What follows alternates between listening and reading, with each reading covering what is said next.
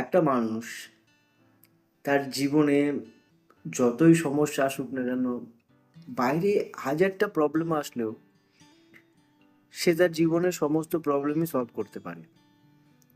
কিন্তু যখন সেই মানুষটার ভিতরে প্রবলেম চলে না, তখন সেটা একটা মহাভারতের যুদ্ধের থেকে কম কিছু হয় না।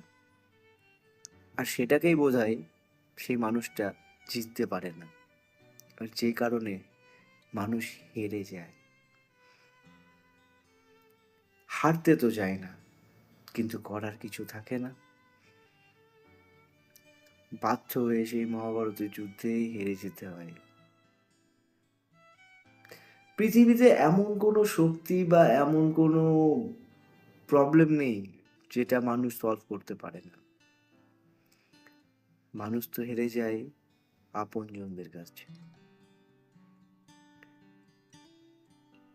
মানুষ চেষ্টা তো করে সব সময় নিজের আপনজনদের সবকিছু দেওয়ার, সবকিছু করার, সব রকম ভাবে ভালো রাখার, কিন্তু আলটিমেটলি একটা সময় পর প্রত্যেকে তাকে একটাই প্রশ্ন করে, তুই আমাদের জন্য কি করেছিস? তুমি আমার জন্য কি করেছো?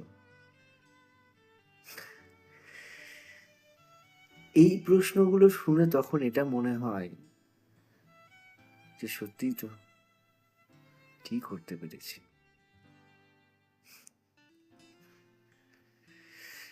জীবনের কঠিন সত্য এটাই যে আলটিমেটলি জীবনে কেউ কারোর কাছে কোনো দিনও থাকে না।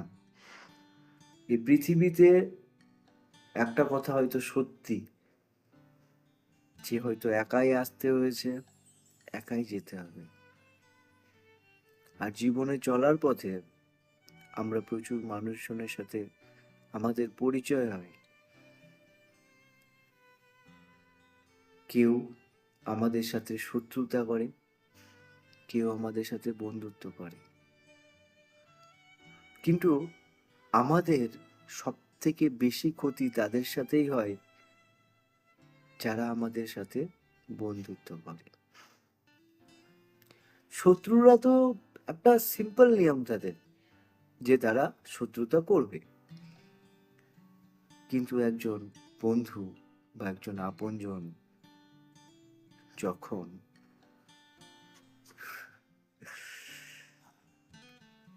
আঘাতটা দেয়, তখন সেটা হাজারটা শত্রুর থেকেও বেশি বেদনাদায়ক হয়।